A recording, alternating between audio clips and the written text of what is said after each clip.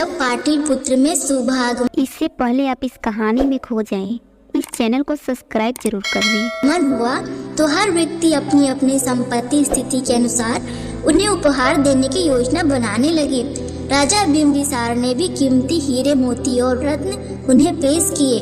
बुद्धदेव ने सबको एक हाथ से सहर्ष स्वीकार किया।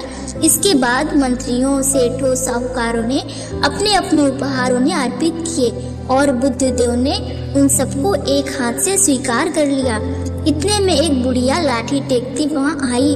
बुद्धदेव को प्रणाम कर वह बोली, भगवान, जिस समय आपके आने का समाचार मुझे मिला, मैं उस समय या अनार खा रही थी। मेरे पास कोई दूसरी चीज न होने के कारण मैं इस अधखाए फल को ही ले आई हूँ। यदि आप मेरी इस तुच्छ भेंट को स्वीकार करें तो मैं अहोभाग्य समझूंगी। भगवान बुद्ध ने दोनों हाथ सामने कर वह फल ग्रहण किया।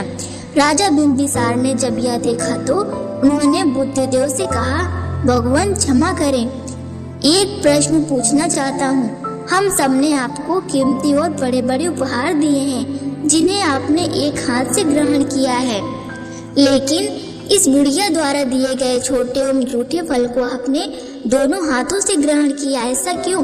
यह सुन बुद्धदेव मुस्कुराए और बोले, राजन, आप सबने अवश्य बहुमूल्य उपहार दिए हैं, किंतु यह सब आपकी संपत्ति का 10वां हिस्सा भी नहीं है। आपने यह दान दीनों और गरीबों की भलाई के लिए नहीं किया है, इसलिए आपका यह दान सात्विक दान की श्रेणी में नहीं आ सकता है। इसके विपरीत इस बुढ़िया ने मुझे अपने मुंह का कौर ही दे डाला। भले ही यह बुढ़िया निर्धन है, लेकिन इसे संपत्ति की कोई लालसा नहीं है। यही कारण है कि इसका दान मैंने खुले हृदय से दोनों हाथों से स्वीकार किया। फिर दूसरे दिन भगवान बुद्ध चितवन में विहार कर रहे थे। बिच्छू चक्षुपाल भगवान से मिलने के लिए आए थे। उनके आगमन के साथ उनकी दिनचर्या, व्यवहार और गुणों की चर्चा भी हुई। बिच्छू चक्षुपाल अंधे थे। एक दिन विहार के कुछ बिच्छुओं ने उन्हें मरे हुए कीड़ों को चक्षुपाल की कुटी के बाहर पाया और उन्होंने चक्षुपाल की निंदा करनी शुरू कर दी कि उन्होंने इस जीवित प्राणियों की हत्या की है।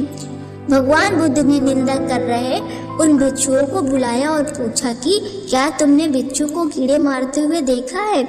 उन्होंने उत्तर दिया, नहीं।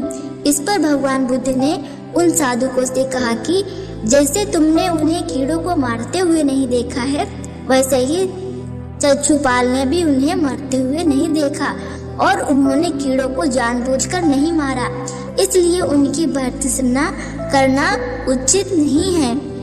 इसलिए उनकी निंदा करना उचित नहीं है।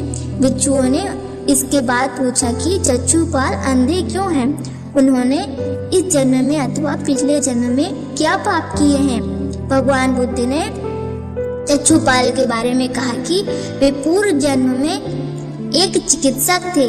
एक अंधी स्त्री ने उनसे वादा किया था कि यदि वे उनकी आंखें ठीक कर देंगे तो वह और उसका पूरा परिवार उनके दास बन जाएंगे।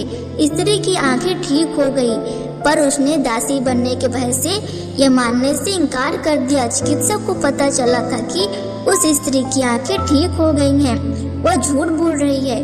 उसे सबक सिखाने के लिए या बदला लेने के लिए चक्षुपाल दूसरी दवा बदल दी। उस दवा से महिला फिर अंधी हो गई। वह कितना भी रोई पीटी चिल्लाई, लेकिन चक्षुपाल जरा भी नहीं पसीजा। इस पाप के फलस्वरूप अगले जन्म में चिकित्सक को अंधा बनना पड़ा। फिर तीसरे दिन भगवान बुद्ध भिक्षा के लिए एक किसान के यहाँ पहुँचे। तथागत को भिक्षा के लिए आया देखकर किसान उपेक्षा से बोला, श्रीमान, मैं हल जोतता हूँ और तब खाता हूँ। तुम्हें भी हल जोतना और बीज बोना चाहिए और तब भोजन ग्रहण करना चाहिए।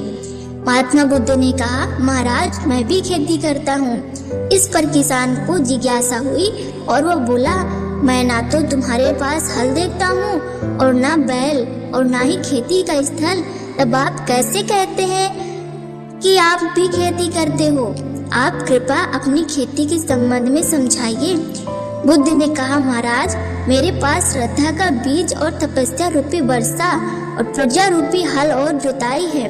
पाप भीरुता का दंड है। विचार रूपी रस्सी है, स्मृति और जागरूकता रूपी हल्की फाल और पेनी है। मैं वचन और कर्म से संयम रखता हूँ। मैं अपनी इस खेती को बेकार घास से मुक्त रखता हूँ और आनंद की फसल काट लेने तक प्रयत्नशील रखने वाला हूँ। अप्रमाद मेरा बैल है जो बाधाएं देखकर भी पीछे मुड़ नहीं मोड़ता है। वह मुझे सीधा शांति धाम तक ले जाता है। इस प्रकार मैं अमृत की खेती करता हूँ। नमस्कार दोस्तों।